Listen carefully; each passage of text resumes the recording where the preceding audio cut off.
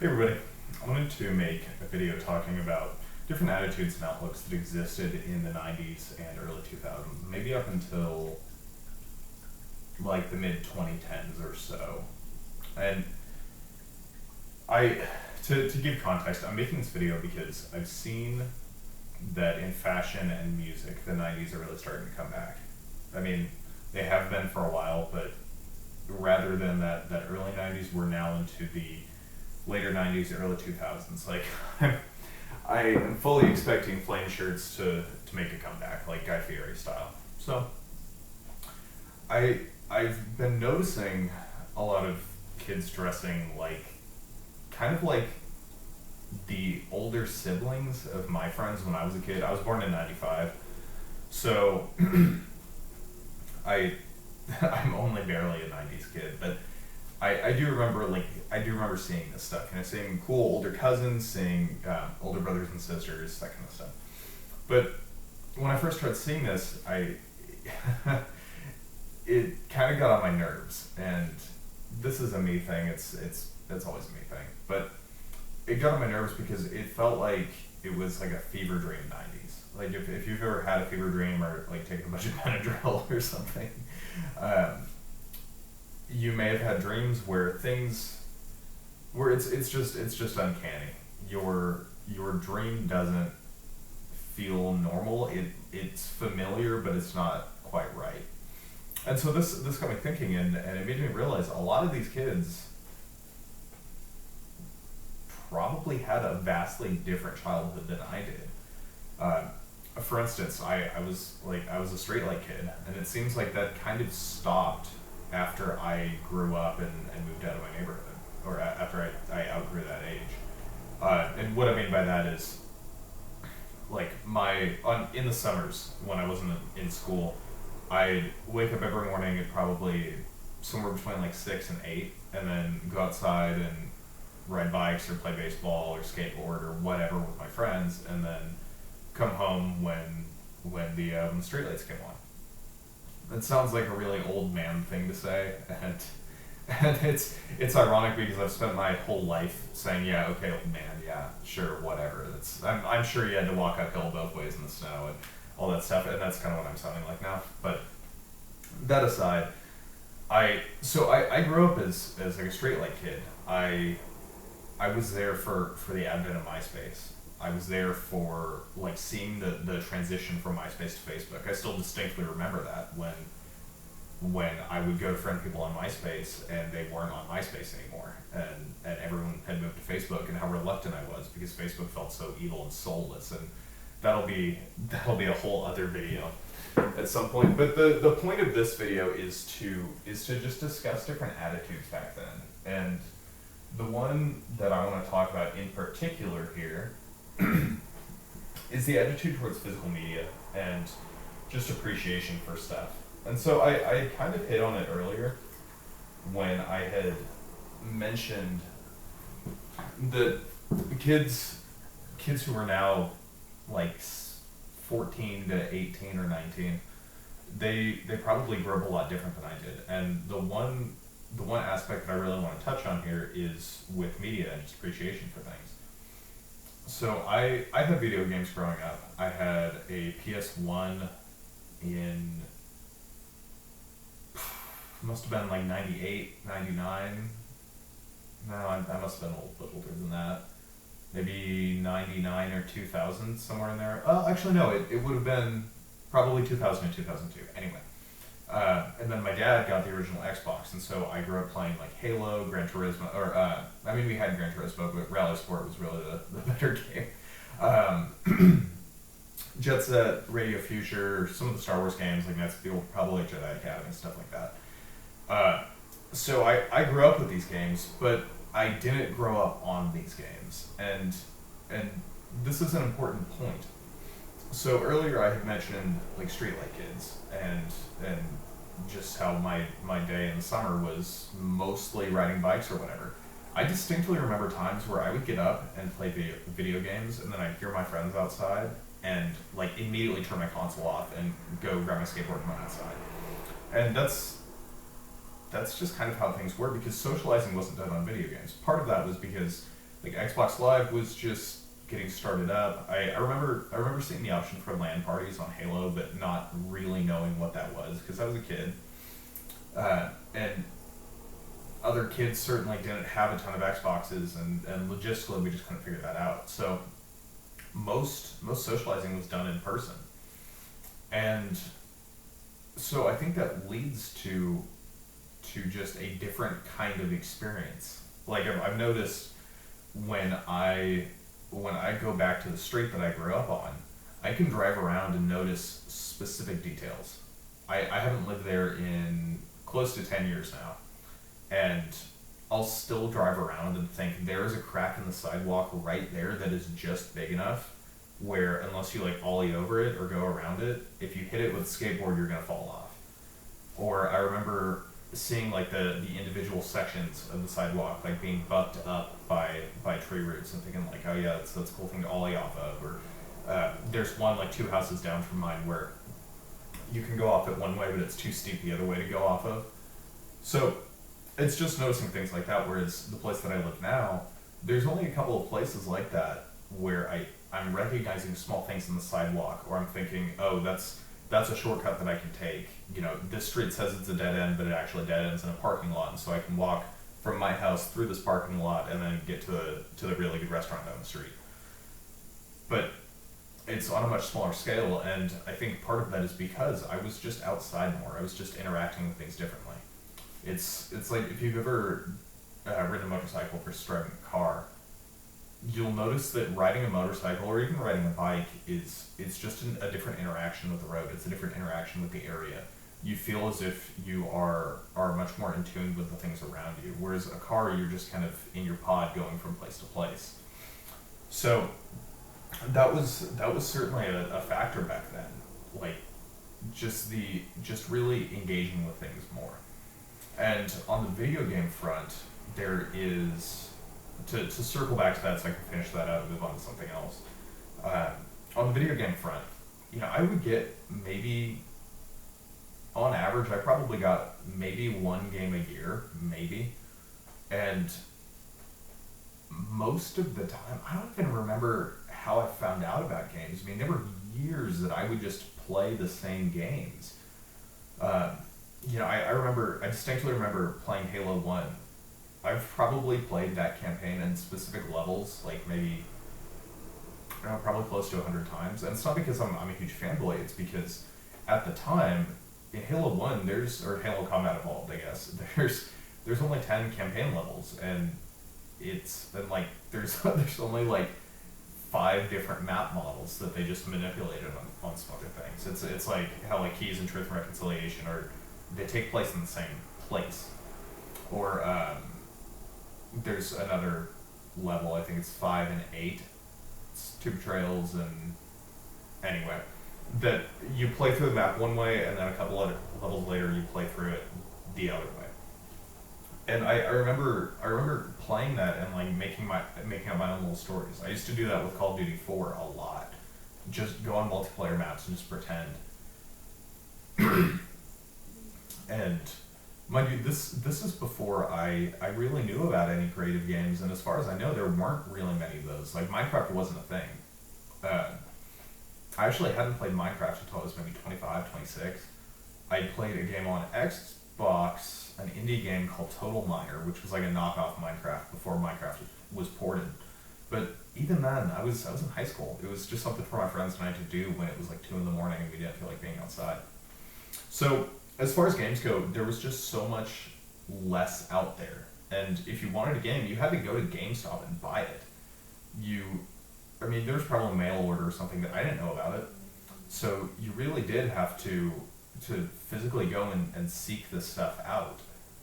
And it was expensive back then. I mean, I was a kid, so someone who was in their 30s in this time period is going to have a different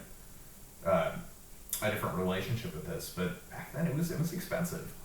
And so I remember, like, getting a new video game was a big deal, and you were going to get some mileage out of it. And that's just kind of how it was for everybody. And I remember distinctly, like, going over to other friends' houses and trying games out with them. And it was always cool to hang out with my friends and play video games, but it was also Like, well, do I want to play this game? Because I don't know if I can return it. I'm like 7. um, so yeah, that was a huge thing that, like, when you had something, you just really appreciated it. And it's not to bag on people now.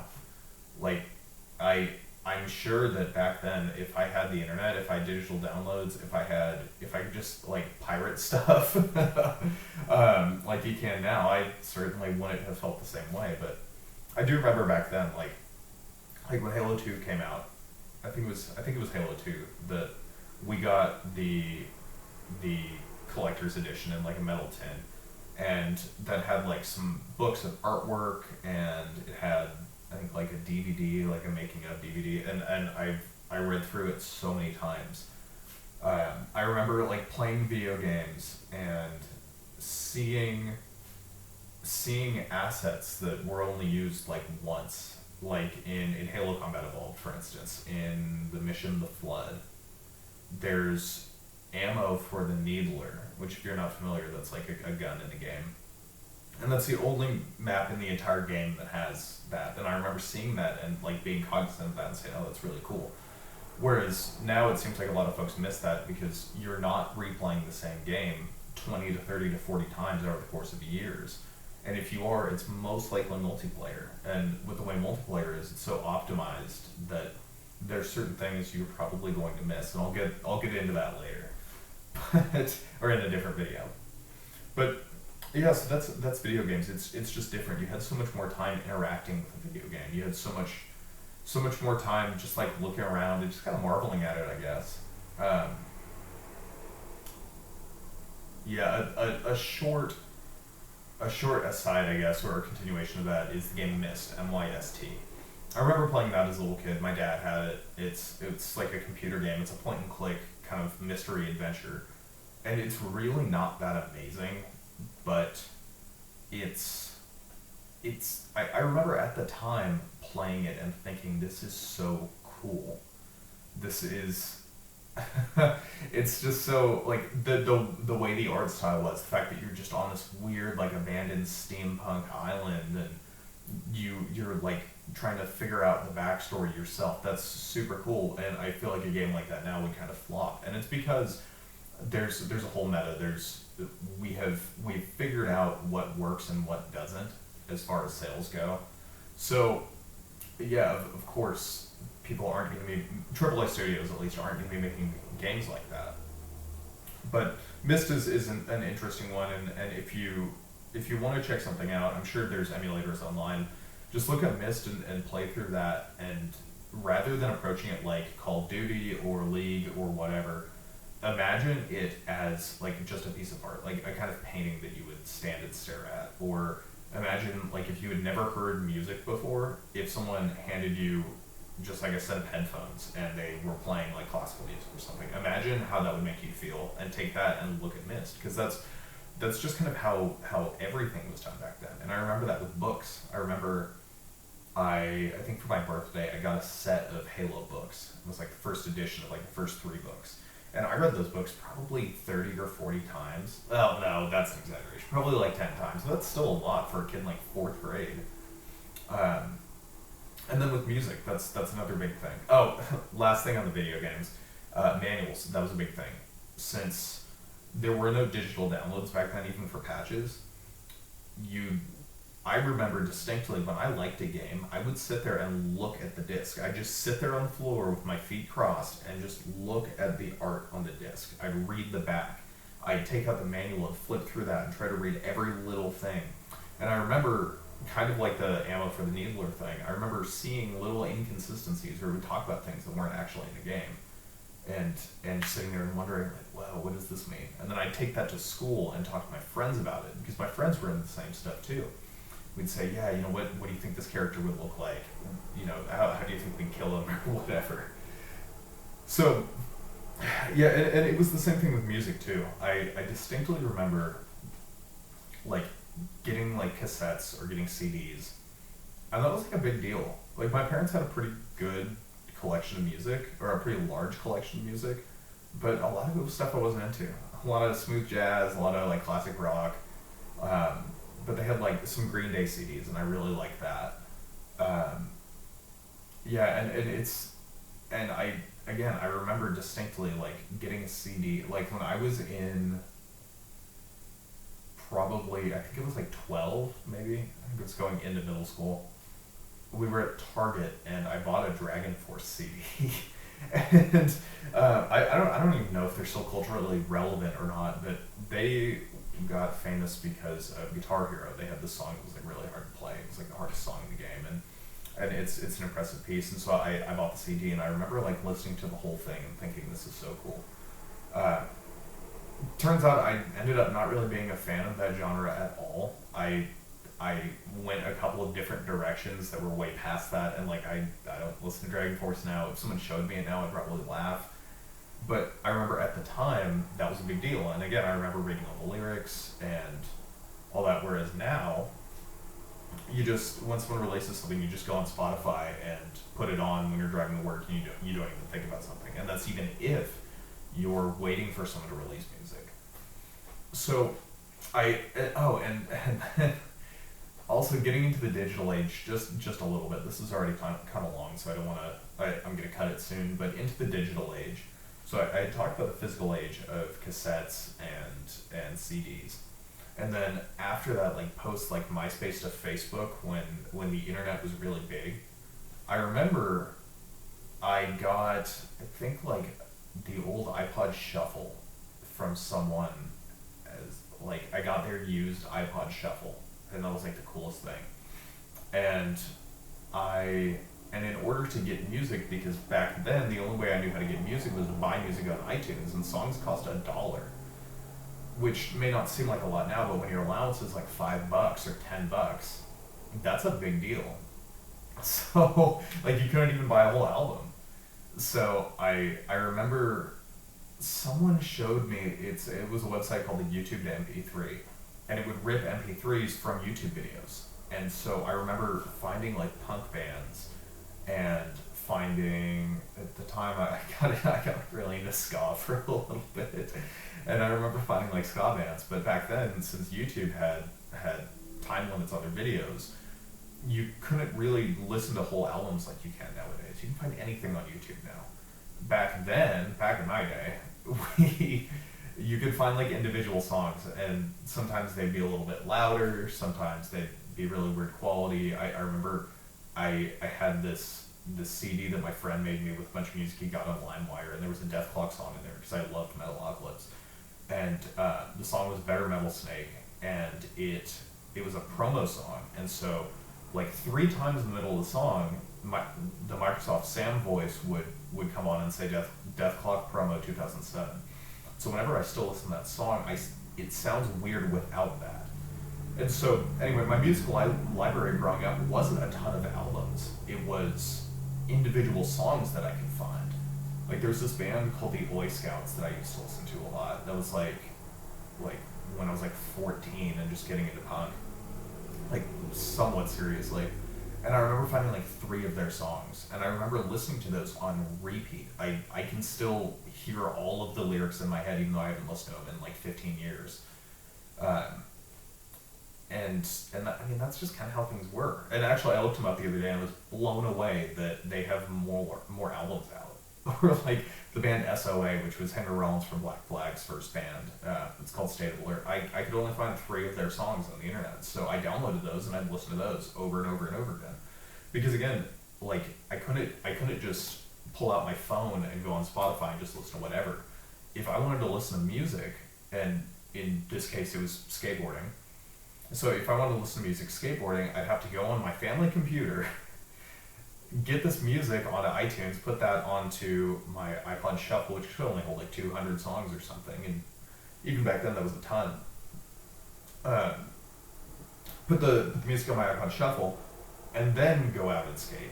And so if I screwed up, like a playlist order, if something else got on there, I remember one time I transferred all my dad's music on there too, and some of that was really cool, but then some of it was like really lame, and I just wasn't about it. It sucked. It like ruined your whole day because now you don't have any music to skate to. And so I guess the whole point of this, because there was a lot of, back in my day in this video, but I guess the point here is that people have this renewed interest in the 90s and 2000s, and I think that's really cool. It's cool to see things that I grew up with or I grew up seeing or whatever. It's cool to see those coming back. It's cool to see people like listening to Deftones. It's weird that people are slowing songs down and then like speeding them up and using them in TikToks or whatever. It's strange to me, but I also understand that's culture. That's how culture changes. But I do want to say that if anyone's interested in how that stuff really was, take the time to engage with things. Listen to a song on repeat like 10 times. Man, I used to do that. I used to listen to songs on repeat until I got sick of them. So yeah, just do that. Take the time to like, if you're gonna buy an older video game, buy the physical copy from GameStop and read the manual. Read through the whole thing. Put your phone in another room. Don't be doing like the Subway Surfer game where like, or like boring ass game manual, whatever. Like put your phone in another room, sit down on the floor and just read through a manual. Like it's interesting. It makes you really fall in love with this world, as rather than just seeing it as a thing to entertain you. And kind of like an interactive movie rather than getting to explore a whole world like Oblivion or Morrowind or Skyrim or Baldur's Gate or whatever. So yeah, I've seen that kind of disappear from the world right now. It seems that everything is so fast, everything is so plastic and so easily made that we that we really stop taking the time to just really appreciate stuff. That there's just a lot of background stuff, and I think this is partially important because it begins to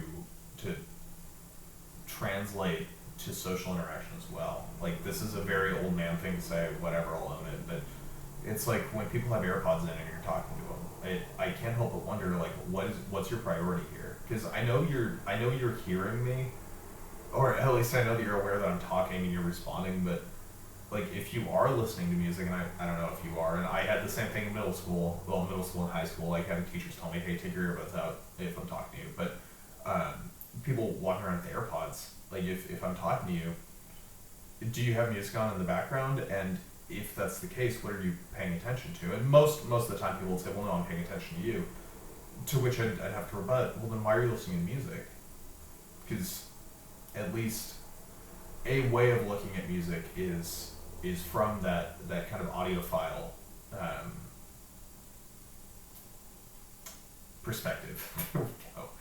Where you appreciate music for what it is. You see it as like a book or as a painting, as something to be enjoyed, to be interacted with. It's not just, I'm just gonna listen to the song like I'd eat yogurt and just throw it away and forget about it. It's much more like what does this actually mean to me? And to try to speak to something that more people are going to really sync with, I guess. Like like rap, like I don't listen to a lot of rap, not really my thing, but I've heard a lot of people, I mean, I know rap is huge right now, and just hip hop in general, right? And I've heard a lot of people just having hip hop on in the background, whether it's like Chill Beats to Study To or just whatever. So go from that, and then sit down and listen to the album Illmatic by Nas. Like, that's an incredible album. He's a great lyricist. He's talking about really important stuff. It's not a lot of stuff that I really connect with, but I can appreciate where he's coming from. I can understand his emotions. And that's a really special thing. And I think it's kind of a shame that technology has progressed to the point where we can take these really kind of amazing things. You can take all sorts of music that people put their heart and soul into, whether it's like Coltrane, Muddy Waters, Nas, like whomever, and then just have it on in the background while you're interacting with someone that you're not engaging with necessarily. So anyway, yeah, I just wanted to make a video talking about just kind of how people did things back then, whatever that was, and to try to point people towards this idea that there's a lot of really cool stuff out there. And I think that in many cases we've forgotten how to really appreciate that cool stuff. So, thanks for watching.